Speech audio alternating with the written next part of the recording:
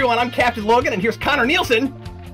Hello, everybody. And today, Connor and I are going to tell you how we felt about Brightburn, the horror film that... You can't quite spin it as fast as mine. Nah, it's a paddle. Is that just a tennis paddle? Well, okay, this is... Or a table tennis paddle? This is a White Elephant gift exchange present. I got this in high school because this is my high school music teacher holding a sign that says Christmas on it.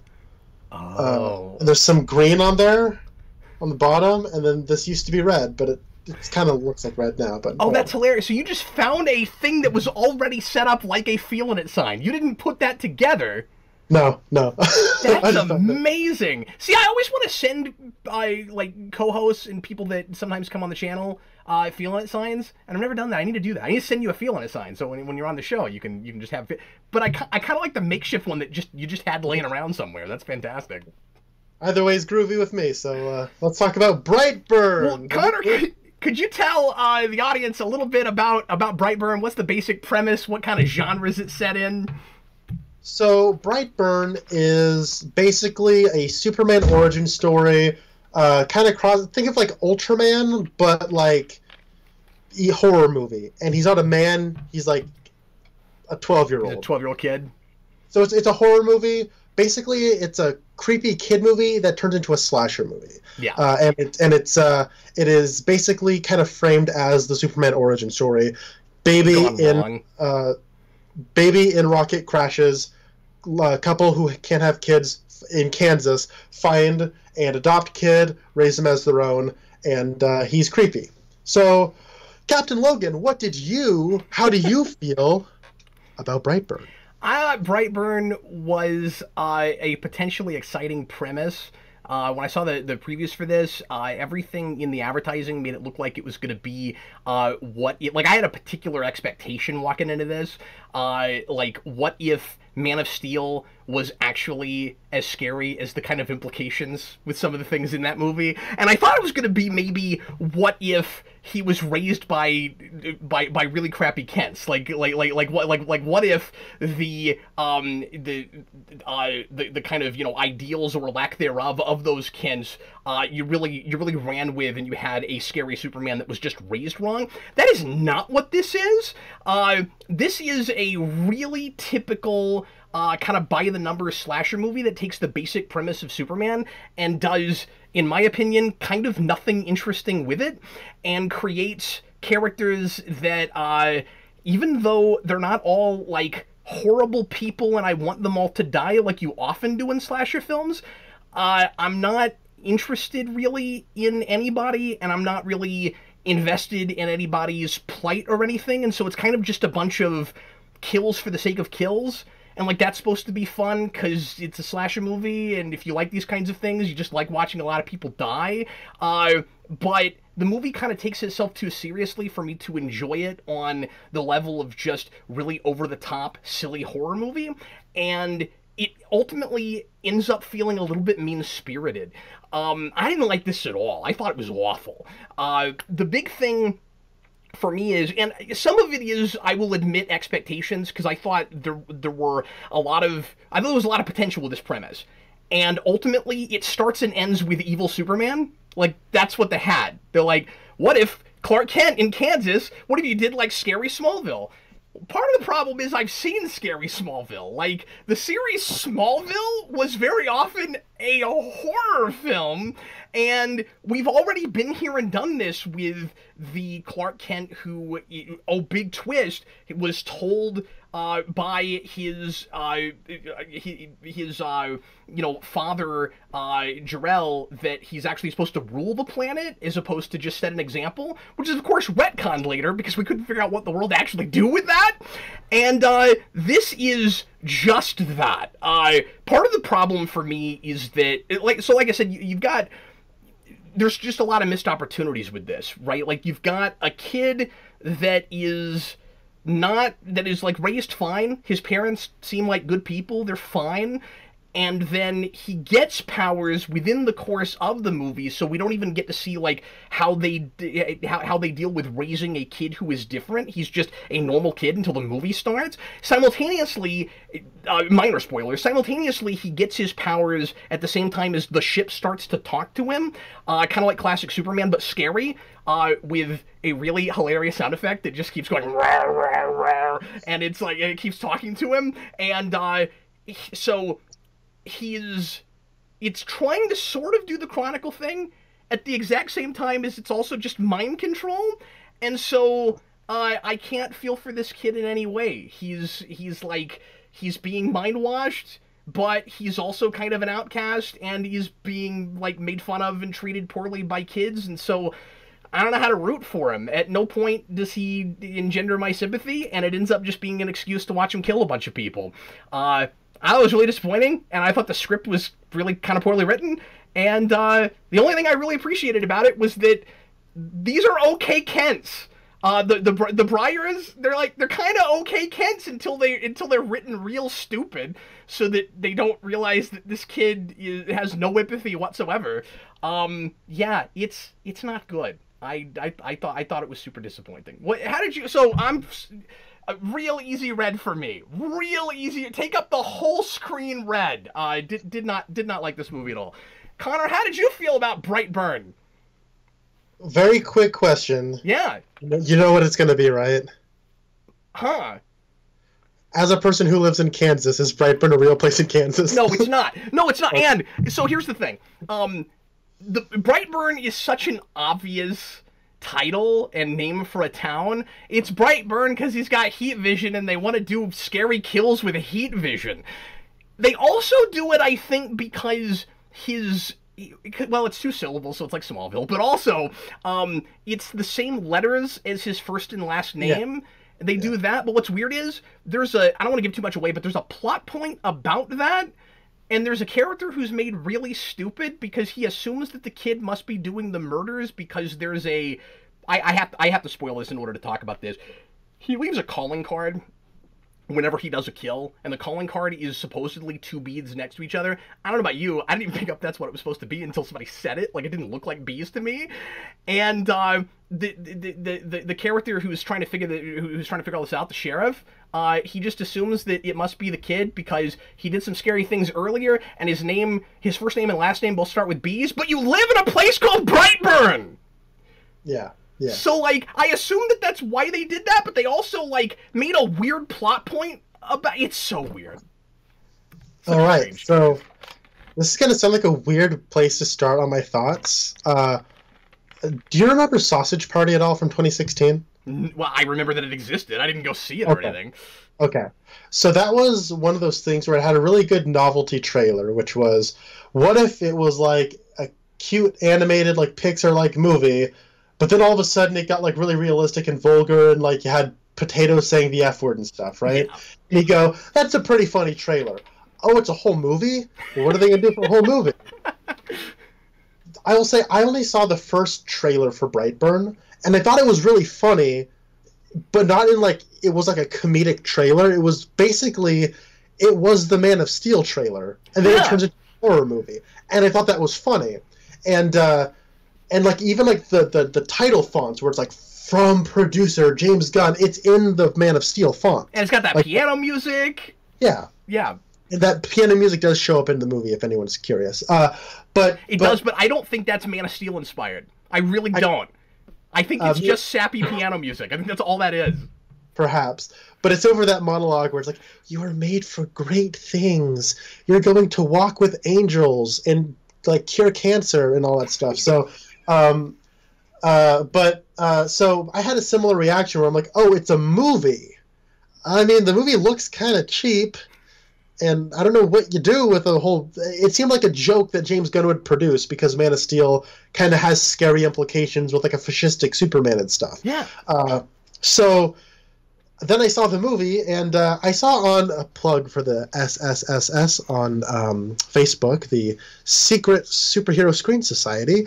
I saw that said that you hated it, and so in order to get through it, today at work, I made a list of expectations. I shouldn't have said anything. I forgot you were looking at it. I shouldn't have said anything. So I made a list. This might have minor spoilers, but I thought, okay, it's a slasher horror movie. I imagine that all it's going to be is a slasher horror movie, but with Superman in it. And so I got character, possibly mother, hears noise, slowly walks around house to kill a few minutes of the 90-minute runtime. That does happen. That happens. That happens twice. It happens 3 times. It happens more than one time. Yes, but because I'm so sick of that trope in horror movies. Like, because here's the thing. I'm just gonna harp on horror movies for a second here. Don't do that, because what's gonna happen is something's either gonna go boo, and then people go ah, and you go okay, well we spent 5 minutes to get there, cool. Or the other thing that'll happen is nothing will happen. In which case, why did I wait 5 minutes for nothing to happen? Just and the then ambiance, I guess. Like, the problem with your standard horror movie, like, I gotta say this real quick. The problem with your standard horror movie doing those kinds of tropes is that we've all been there and seen that before. So the first time it happens, we're not expecting anything scary. So you're trying to make us think that, is this movie, Connor, for people that have never seen a horror film, or only for horror film people? I don't know. Well, the first half is for people who have never seen a horror movie, and the second half is for people who only like horror movies. Okay. My second thing on this list was super speed jump scare. That happens. That does happen. I was going to guess that a victim was going to completely fall over while running in a panic, and that didn't happen. So no, that didn't happen. A victim's car won't start. Check. Yep. Check and mate. I was going to guess that the first kill was going to be a bully. That doesn't happen, but the first victim is a bully. That's true. Wow, well done. Good job. Hey, before you read the rest of the list, did you nail Death by Heat Vision? Did you get that one? I didn't even write that down because I'm so sick of scary heat vision Superman that I just didn't want to think about it. Oh, well, this movie is also only for people who like scary heat vision. Yeah.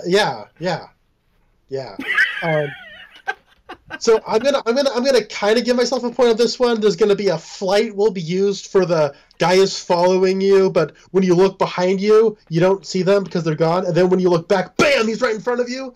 Oh no, they did that. Yeah, but it's in the opposite thing where it's in front of them, and then they look away to grab a gun or something, and they look back and they're not there, and then bam, they're right behind them and they get them. So it's kind of the same thing. That's true. You're close though. So Super Slasher will be really good at killing people, except for the principal cast, when he will be conveniently incompetent at killing people. I think he's pretty standard at killing everybody throughout the movie. I thought there was going to be a convenient source of all exposition, like an old wise person or a picture or a book or something, and there's not, which I do have issues with because there's no explanation for anything. Nope.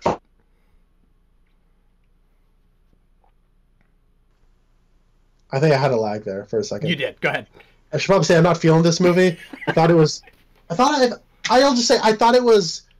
just a below average, generally bad horror movie, and the superhero makeup is fine if that's what you're looking for, but it really doesn't add much. And if you're a superhero fan and wanting a clever twist on both superheroes and horror movies, you're not going to get it. It is very pitch. It's I'm just gonna admit my biases on this. I wouldn't have disliked this nearly as much if I wasn't a Superman fan. I will admit that. It's just because you're right. It is just a by the number slasher movie. I've seen this a billion times.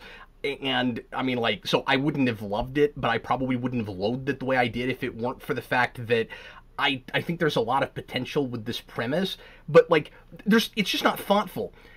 You've seen Evil Superman 100 times, and this movie is pretending like nobody's ever done it before. Yeah, well, you know what? To toss this movie a bone, one of my things was movie will preach the value of life while gleefully indulging in excessive violence. Well, it doesn't preach the value of life. Well, it's not about anything, is the problem. Here's the thing. I will give this movie points for one thing. It is mean-spirited and nihilistic and a downer, and it stays true to that without trying to act like it's anything more. I'll give it points for that. I guess that's good, but it's not getting at anything, and it's kind of reveling too much in that, and that kind of bothers me. It feels skeezy. 'Cause it would be so easy to do just the slightest amount of social commentary with a thing like this, right? Like, my worry going into this was that it was just going to be Chronicle again, and when I walked out, I was wishing that's what they'd done. I mean, that would have been so much more interesting and fun than this.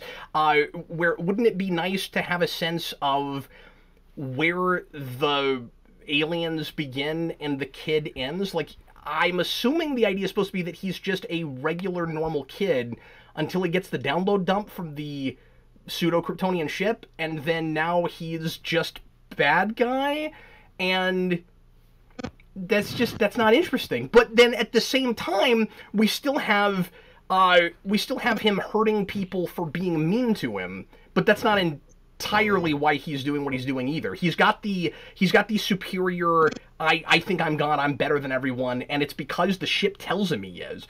And then he's also but he's also mad at people for not being nice to him, and just, I want to say pick one, but that first thing is really not interesting. Like, if he's just being controlled by an alien ship, then he's just a massive plot device.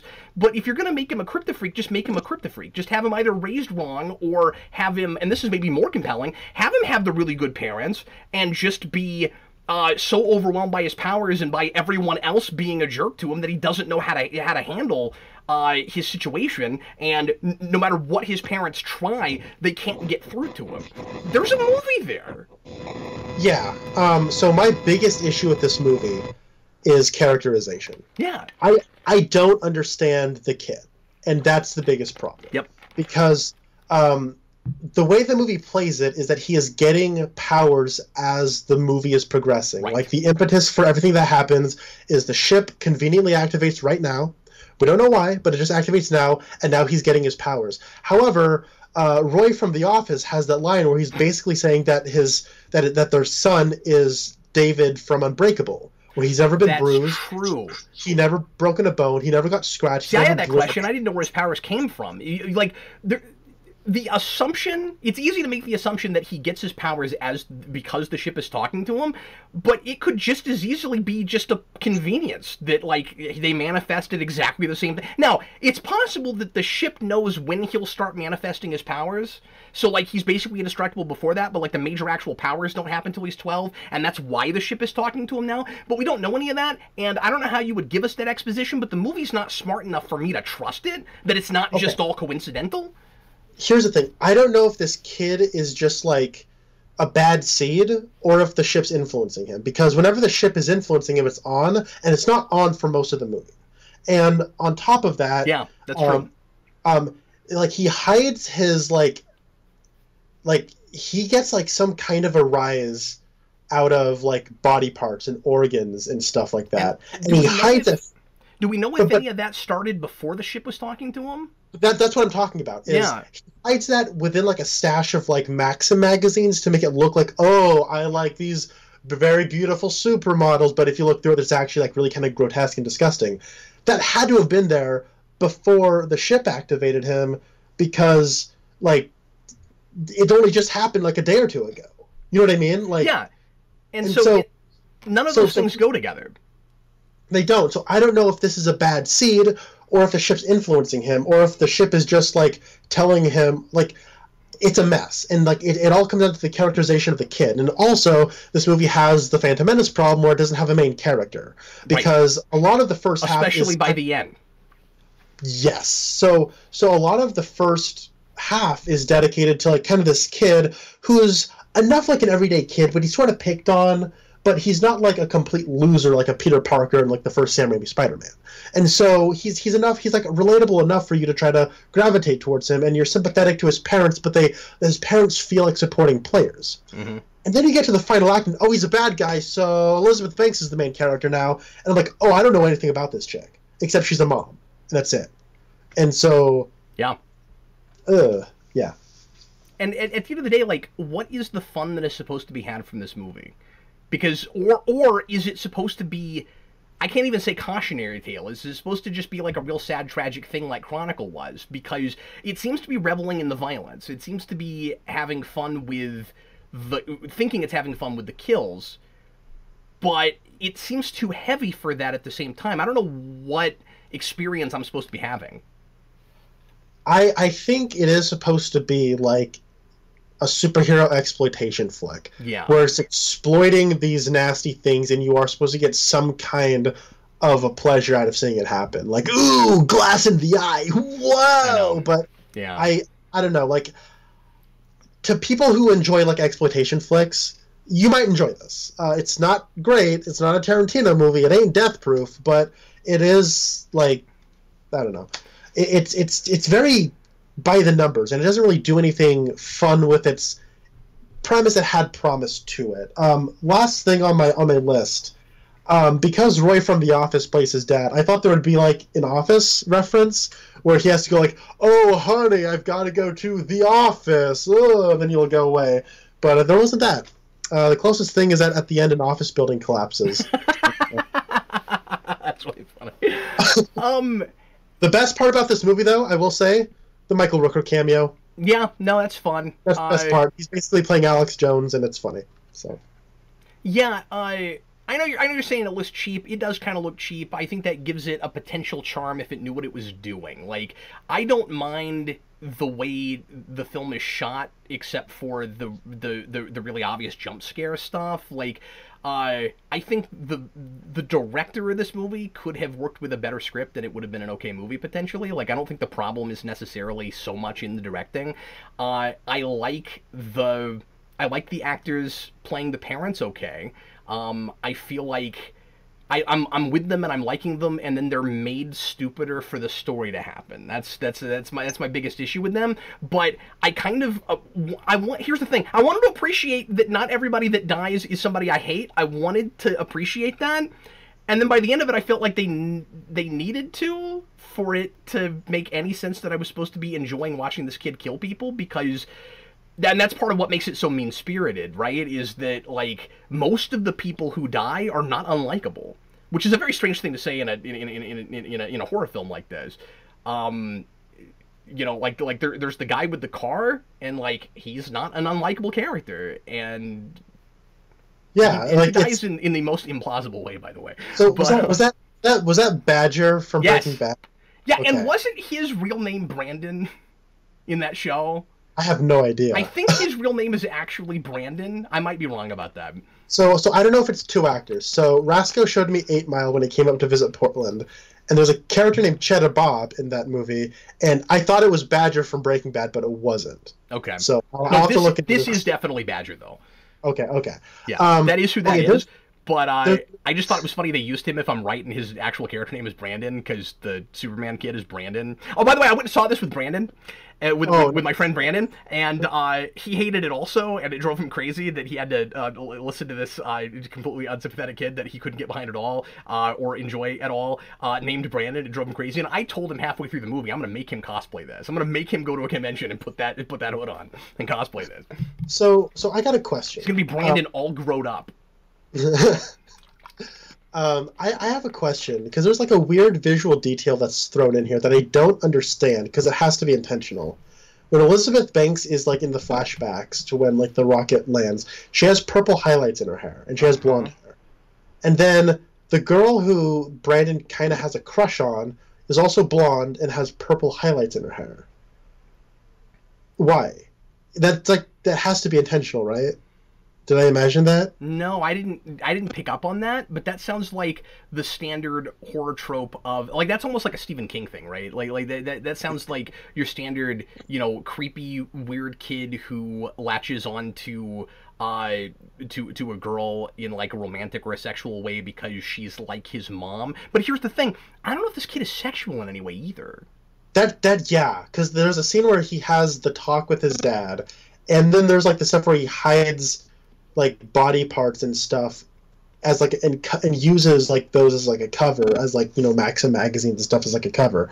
And so yeah, I don't know what like is his like does like human dismemberment get him off sexually or something, like, you know what I mean? Like I don't know, because then he has like that relationship with the girl where he does seem to have a crush on her. So I don't get it. Like, yeah, the characterization is the worst thing about this movie, and it's like trying to be a character movie. And again, not to go in circles, but what does the fetish about dismemberment have anything to do with being an alien from another planet and having superpowers when he doesn't even know he has those yet. Like, the clear way that you start with Superman gone wrong, and especially if you're going to make it about his upbringing, like, I don't know why you start here. I don't know why you make him 12-year-old Clark Kent, basically, if it's not going to be about his upbringing or something about the way he's raised. It seems really counterintuitive to me to not make this about the kid dealing with his powers and being different in the first place. Mm-hmm. I don't get that. I think that there's also a good chance where it's like, what if this is like kind of just like a metaphor for, or like not necessarily a metaphor, but like kind of like trying to be a story about what if this kid who you loved and nourished and like raised and everything just turned out to be a bad kid. You know what I mean? And then tell it from the story of like the parents who have to like come to terms with that. But they try to have it both ways, and it sucks. So sure, and that's fine. But then in that case, like, what do the powers give you, and what does being from another planet and having a download dump from a spaceship give you, besides just familiarity and the novelty of this looks like evil Superman and a kid that has these particular powers? Like, he could just be a slasher kid. Yeah, that's true. No, you're right. Okay, I got a question. Yeah. So it seems like the writers of this don't seem to understand Superman if this is going to play on Superman, because they seem like, okay, so if this is the inverse of Superman, their version of Superman must be, oh, he's just a nice guy. No, he's nice because of how he was raised. That's the point of the Kents. Yeah. And as you said, these are okay Kents. Why is he the way he is? And I can't believe that it's just the spaceship, because like I said, whenever the spaceship's manipulating him, it like glows red, and it ain't glowing red for most of the movie. But it could have changed him.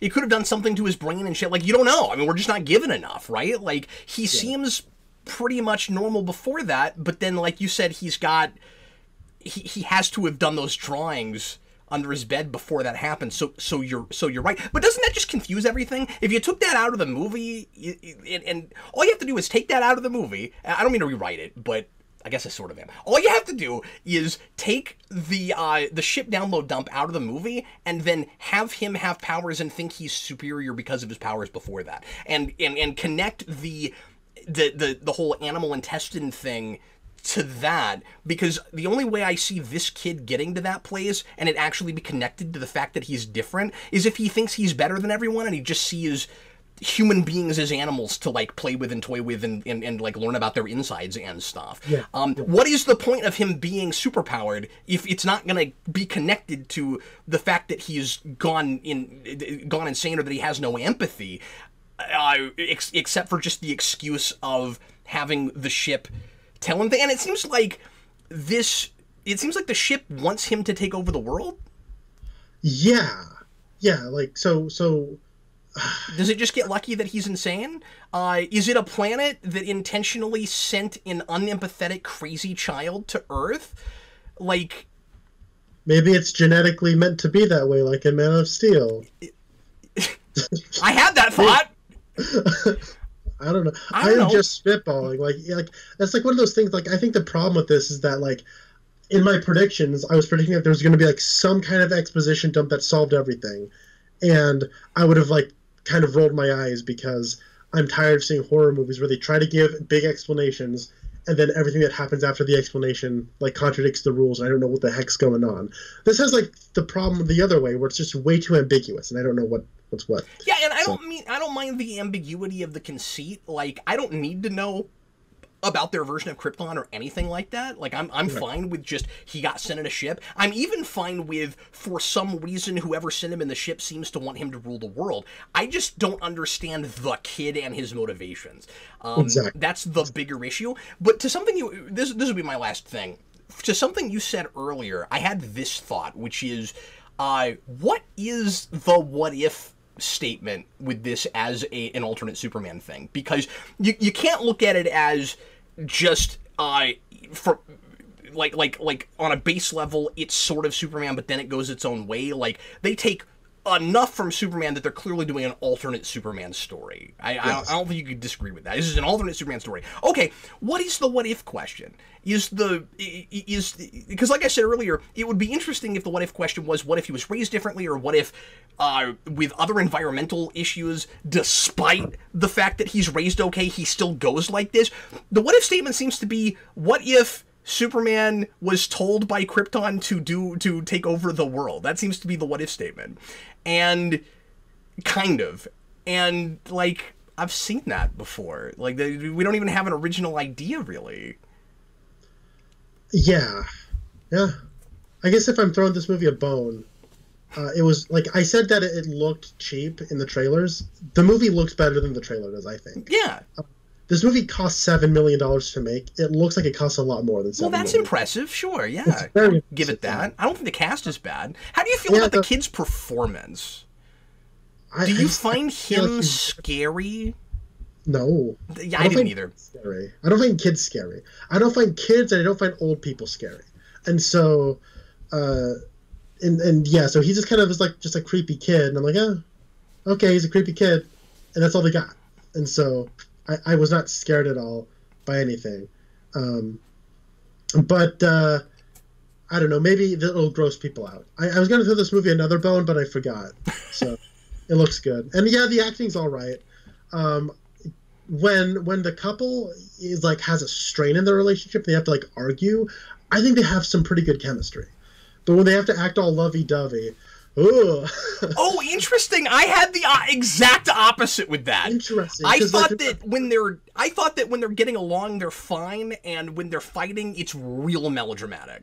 Interesting. I had the complete opposite reaction, because like there's that part where they're like sitting on the couch together, and it's like, I love you so much. Let's go camping. It's been a long time since we've done that. It's also been a long time since we've done something else. Okay, you're right. No, here's like, oh, that's dialogue. That's dialogue. We're talking about different things, though. The writing there is terrible, and the writing when they get mad at each other is also pretty bad. But it's easier to, well, maybe it's not. I don't know. The acting when they're getting along is more okay to me. When they start shouting at each other, it seems real super typical. Interesting. The mom that gets angry when her girl gets hurt is like the most over the top melodramatic cliche horror character. Yeah. She walked right out of a Stephen King book. In a movie where it seems like they're going out of their way to make characters a little bit more reasonable, even if they're stupid. Because most of the characters in this are dumb people. Like they don't pick up on basic things, and they don't unless you're the sheriff and you just so happen to be like conveniently the smartest guy ever. No, he's also an idiot. Well, he just gets lucky that he solves things because the script tells him to, but he's actually really dumb.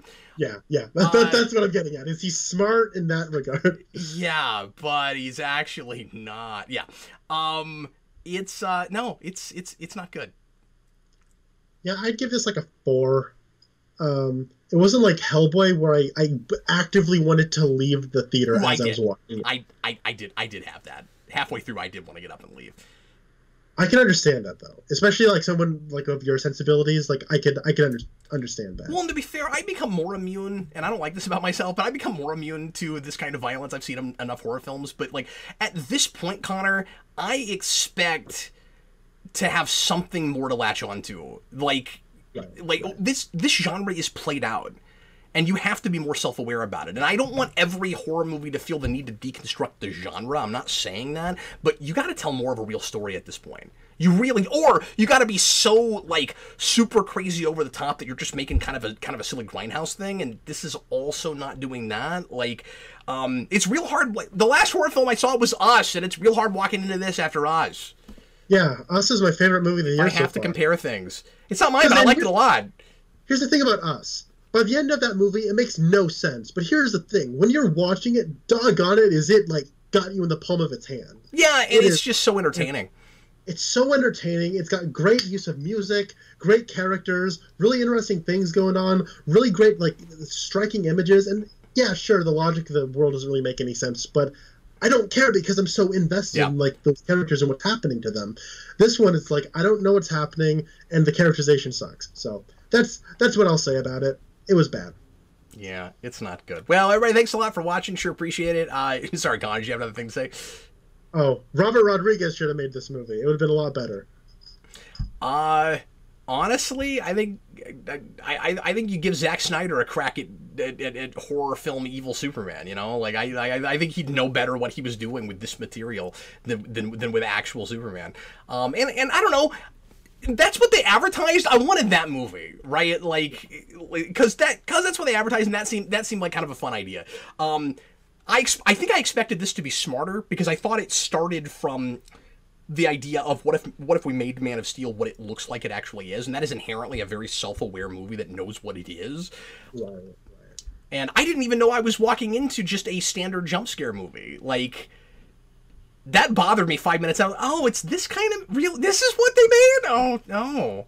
Okay. See, I walked in and like that started happening. I'm like, well, assume the position, and I just kind of like got used to it because I'm so tired of these movies, but like I know what to expect. I didn't expect another like Jennifer's Body or something. Like, I think you had more higher expectations than I did. I didn't really know what I was getting into. Clearly, my expectations were too high, but I will say, even if I didn't have them, I would not have liked this movie. No, that's completely understandable. So, oh well. Well, folks, leave your comments. Let us know what you thought about Brightburn if you saw it, and those are our feelings. We were very red on this, and Connor was as red as he could be. That's about as red as the sign gets. Yeah. We will see you again down the road with more reviews, and thanks a lot for tuning in to Geekvolution. I'm Captain Logan, and this was Connor Nielsen. Hey, everybody. Bye. Later, folks.